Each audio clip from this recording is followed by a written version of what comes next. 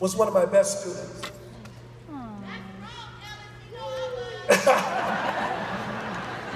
Come on up. I have to ask all of you, please, give and show some Fresno State love for our keynote speaker. You can do better than that, Fresno State.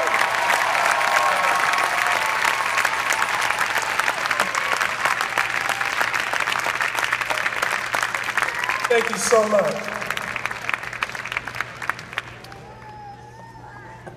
Thomas shouldn't have handed me the mic after all that cutting up.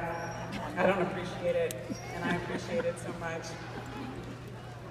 There's no greater honor than to stand before you.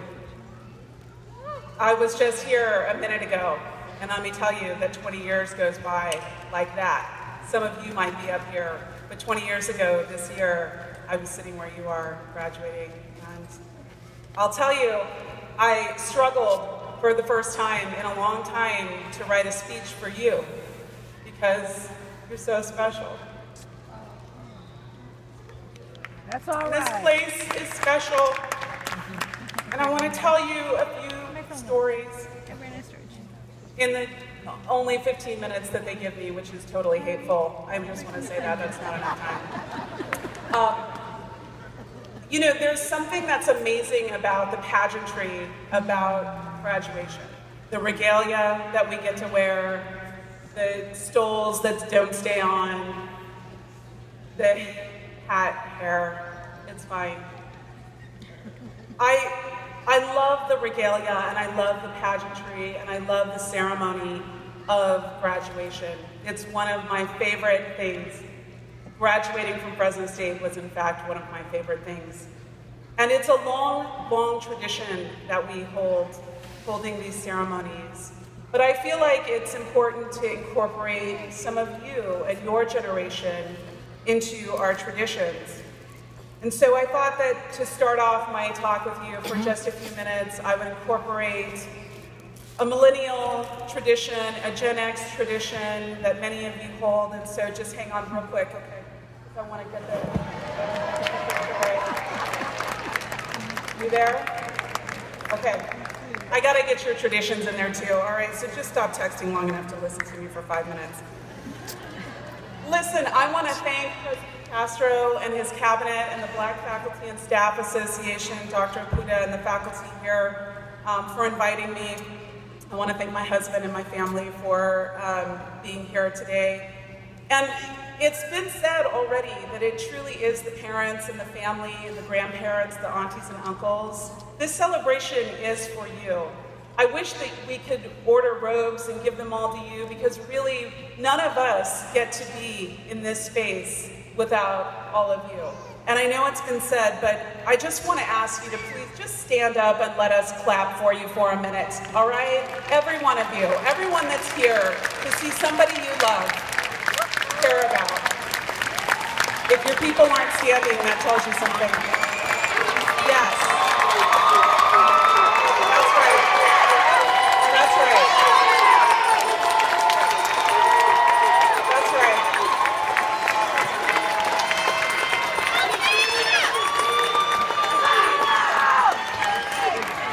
Parents, family, we see you.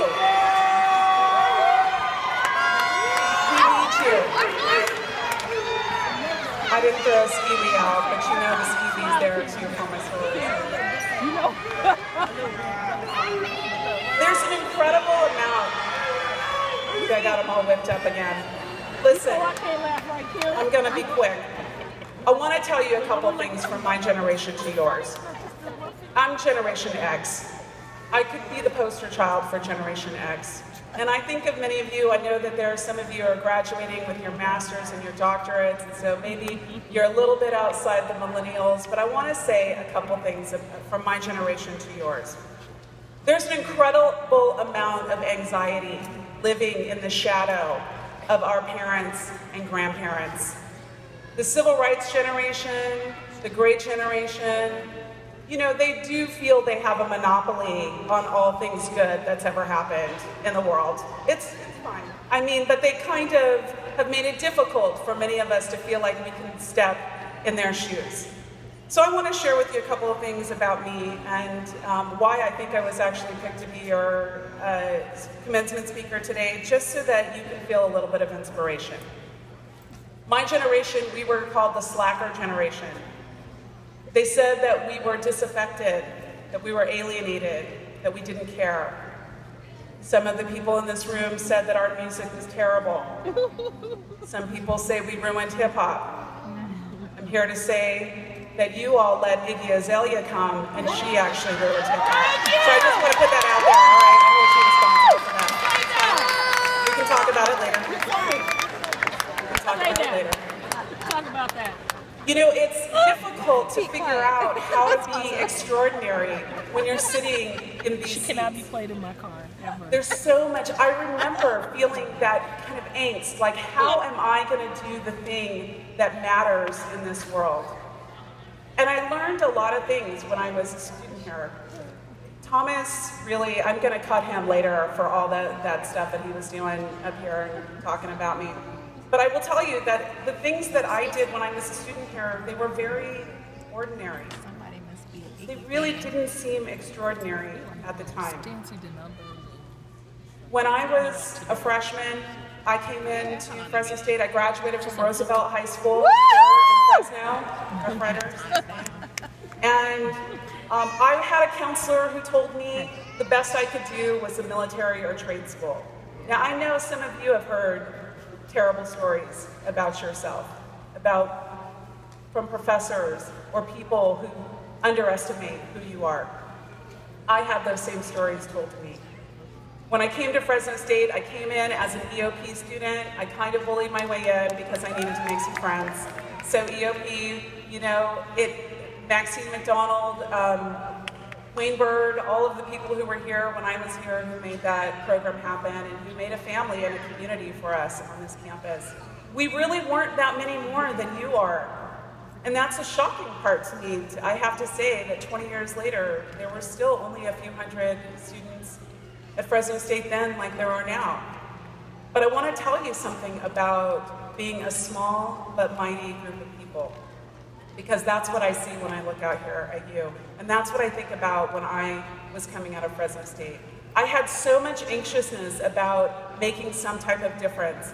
And I remember sitting in meetings those first few years coming out of Fresno State and feeling like everyone else is so much smarter. They're so much more accomplished. I would sit in rooms, and you all will be in these meetings with people who graduated from Berkeley and UCLA and Brown and Dartmouth, these Ivy League schools, and I would think I went to Fresno State. And I'd have kind of a moment. And then I would outsmart everyone in the room. And that's what you're gonna do too. See, people underestimate people who go to a place like Fresno State. They really don't know what we have. What we have is something extraordinary. Because we've gone to school in a place where we've had to learn to work with all kinds of people to be successful. We haven't always had the numbers. We built coalitions. When I was a student here, I was passed the mic for the first time in my life to speak publicly by a woman named Karen Cogley and another woman, Kathleen Solano. They were the first two Latina student body presidents that were subsequently elected. And I remember standing in the free speech area, and I was a freshman, and they passed me the mic, and they said, "You need to speak out against the war in Central America." I said, what? I'm not prepared. I cannot go on.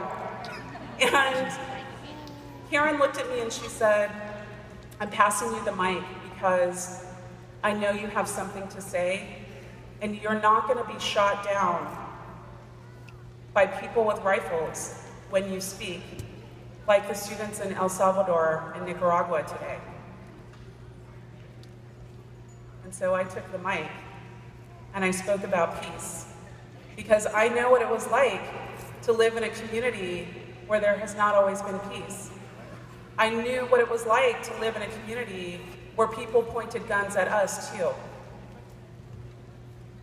Sometimes you have to just take the mic because it's passed to you and you have to say the things you have to say. And that's going to happen to you many times in your life. One of the things that's so critical right now for your generation and mine, and you know they call your generation the hero generation. Did you know that? It's fine. We're not jealous that we were called slackers. We got to be heroes. I'm not really sure how that worked out. But we need heroes right now. You know, one of the reasons why a lot of big studies come out, Forbes magazine did a study about a year ago that said that diversity was the most important thing that businesses need right now. That companies who are diverse are the most successful. You know why that is? Because if we had had diversity on Wall Street, we wouldn't have had grandmas and grandpas thrown out of their houses or their mortgages taken away from them. We wouldn't see them bankrupted.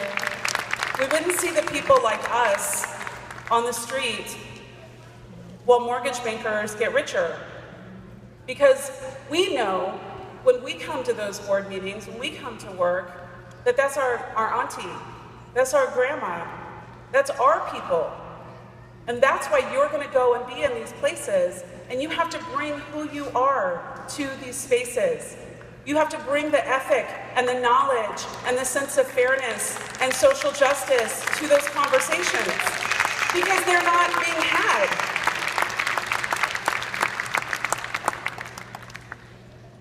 Many times I was passed the mic to talk about student fees. When I was a student, it cost about $600 a semester to go to Fresno State. I know, just throw up in your hat right now. It's disgusting. It doesn't make sense. It's a crime. You're going to have to take up the mic on accessible, affordable public education for everyone in this country. You have to take it up. We need you. Your experiences, because I remember, listen, while I was being a student activist here, I would go to class at 11. Okay, I would kind of go to class. I didn't really go to class, all right? I'm gonna own it. I was an ordinary person here. I barely graduated from college. Do you understand? Like a 2.89, that's embarrassing. And maybe that's why I was invited to come and speak to you, so that you could see that you could be a slacker and still become a professor at UCLA one day. I'm not sure. That's probably off message. Listen. I got notes. It doesn't matter. Listen, here's what I want to tell you. You're fantastic.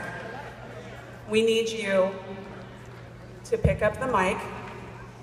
We need you to rock the mic, and we need you to drop the mic, all right? Congratulations, graduates. We love you.